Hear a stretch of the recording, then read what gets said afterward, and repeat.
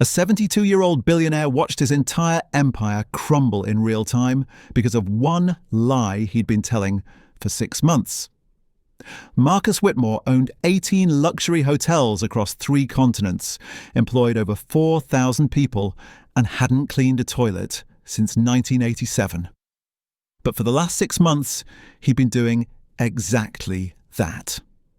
Every morning at 5 a.m., he'd arrive at his flagship Manhattan property, dressed in a maintenance uniform with a name tag that read, Eddie. Nobody knew who he really was. Not the front desk staff who barely glanced at him. Not the housekeepers who shared their lunch with him. Not the managers who ordered him around like he was invisible. He'd created this elaborate test to answer one question that kept him awake at night. Would his employees treat the lowest person in the building with basic human decency? The answer was about to destroy everything he thought he knew about the company he'd spent 40 years building. Marcus had started planning this 6 months ago after his granddaughter asked him a question at Sunday dinner. "Grandpa, do you think your employees are good people, or do they just act good because you're rich?" She was 12. The question hit him like a freight train. He'd spent decades measuring success through profit margins and occupancy rates. He'd never once measured the character of the people running his empire. That night, he couldn't sleep. He kept thinking about all the staff he'd never actually met, the night cleaners, the maintenance workers, the people who kept his hotels running while he attended galas and gave speeches about leadership. He realized he'd built an empire on the backs of people he'd never bothered to see. So he decided to become one of them. The transformation took planning. He hired a theatrical makeup artist to add wrinkles and age spots he didn't already have.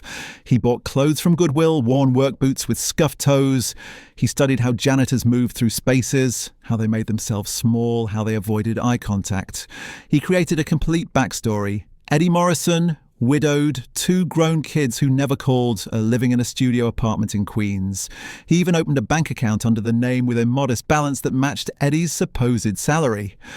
The attention to detail bordered on obsessive. But Marcus Whitmore hadn't become a billionaire by doing anything halfway. His HR director, Patricia Chen, was the only person who knew the truth. She'd argued against it for 3 hours straight. "Mr. Whitmore, this is dangerous. If anyone finds out, the lawsuits alone could bankrupt us. What if you get hurt? What if someone recognizes you?" Marcus had listened to every objection, then moved forward anyway. Patricia had reluctantly agreed to hire Eddie Morrison through a temp agency she'd created specifically for this purpose. On paper, everything looked legitimate. Eddie had a personnel file. Eddie had a direct deposit set up. Eddie had an employee ID badge that opened exactly 3 doors. The first week was harder than Marcus expected. His body wasn't used to physical labor anymore. His knees ached from kneeling to scrub baseboards. His hands cramped from wringing out mops.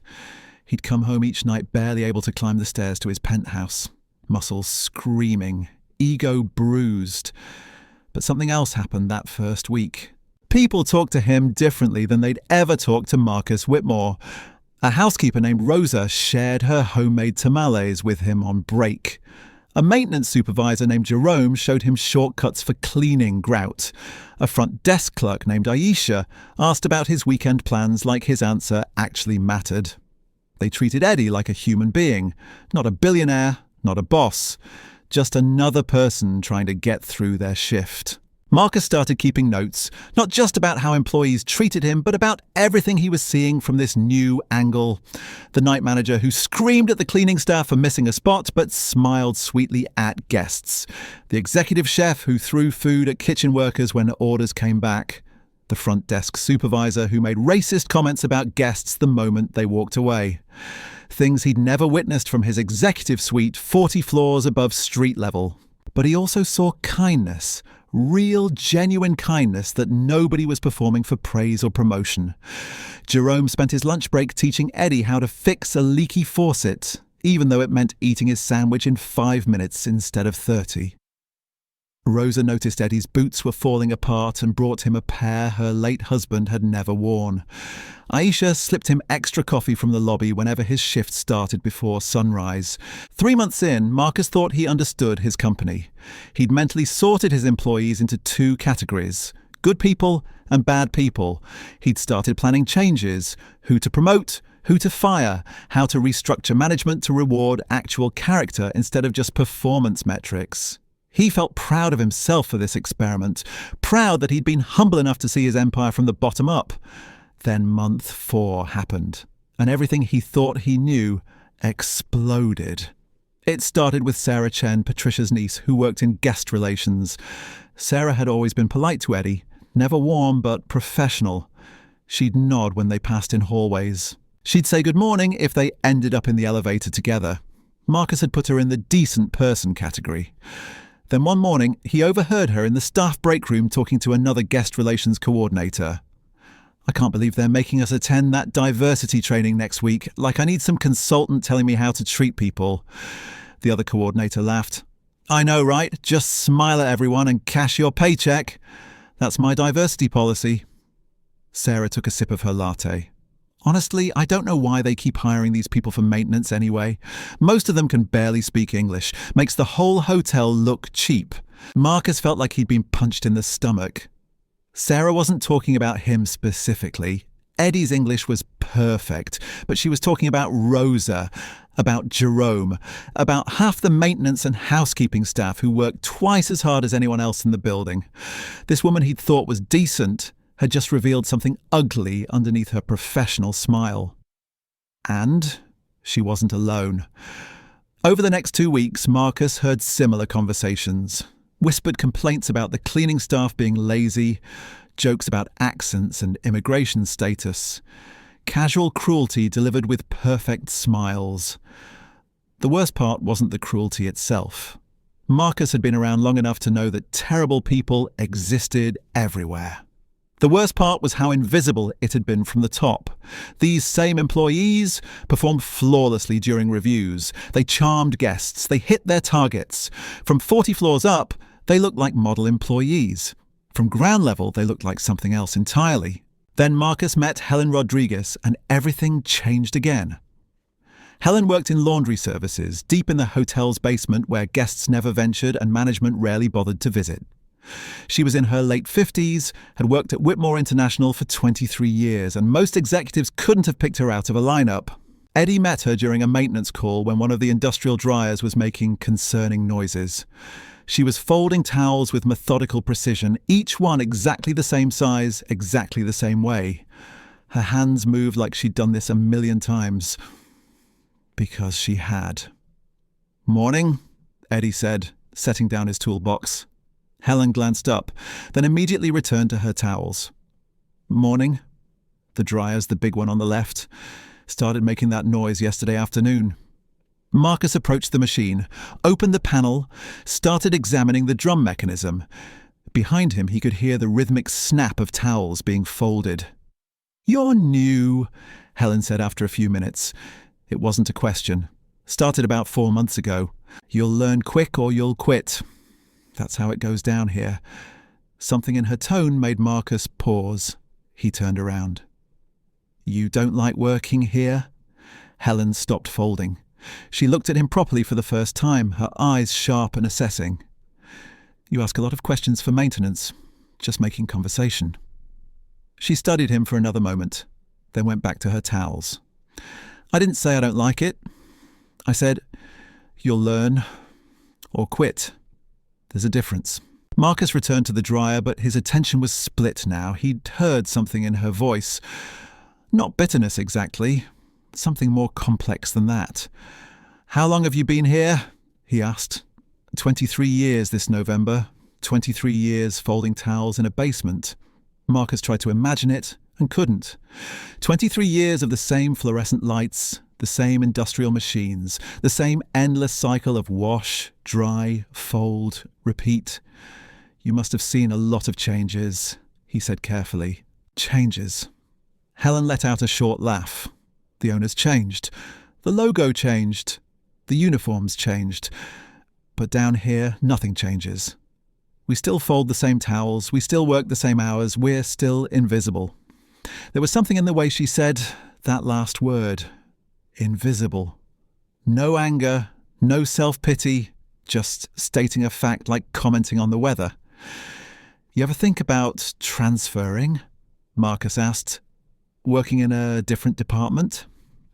Helen set down the towel she was holding and looked at him like he'd just said something incredibly naive. You really are new. People like me don't transfer up. We transfer sideways or we transfer out. That's it. Those are the options. Why? Because that's how the world works, Eddie. You seem like a smart kid, so I'm going to tell you something. This hotel has two kinds of employees, the visible ones and the invisible ones. Visible employees get promoted, they get opportunities, they get seen. Invisible employees keep the visible ones comfortable while they climb. Which one are you? Marcus asked, even though he already knew the answer. Helen picked up another towel. What do you think? Marcus finished repairing the dryer in silence, but as he was packing up his tools, Helen spoke again. My daughter graduated from Boston University last year, full scholarship. She's a software engineer now, makes more in a month than I make in 6. That's incredible, Marcus said, and he meant it. And you know what she told me when she got her first paycheck? She said, Mom, you should quit. You don't have to fold towels anymore. I can help. Helen smiled, but it didn't reach her eyes. And you know what I told her? What? I told her I'm proud of this job, because I am. I kept this family fed. I kept us housed. I put her through every school program she needed, every summer camp, every college application fee, all by folding towels in a basement. She looked directly at Marcus. So no, I don't think about transferring. I think about doing my job well enough that my daughter never has to be invisible like I was. That's what I think about. Marcus left the laundry room feeling like he'd been hit by a truck. Helen's words echoed in his head for days. Two kinds of employees, visible and invisible. He started paying attention differently after that. Not just to who was kind or cruel, but to who was seen and who wasn't. Who got acknowledged in meetings, who got credit for ideas, who got invited to company events. The patterns were undeniable once he knew to look for them.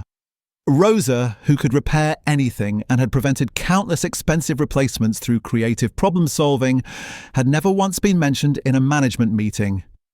Jerome, who'd trained 11 new maintenance workers and had a perfect attendance record for 7 years, had never received recognition beyond a generic employee anniversary card. Meanwhile, Todd from sales, who'd been late 32 times in the past year Marcus had counted, got praised in every quarterly meeting for his dynamic energy. Wine. Marcus was beginning to understand that his company didn't have a good people versus bad people problem. It had a visibility problem.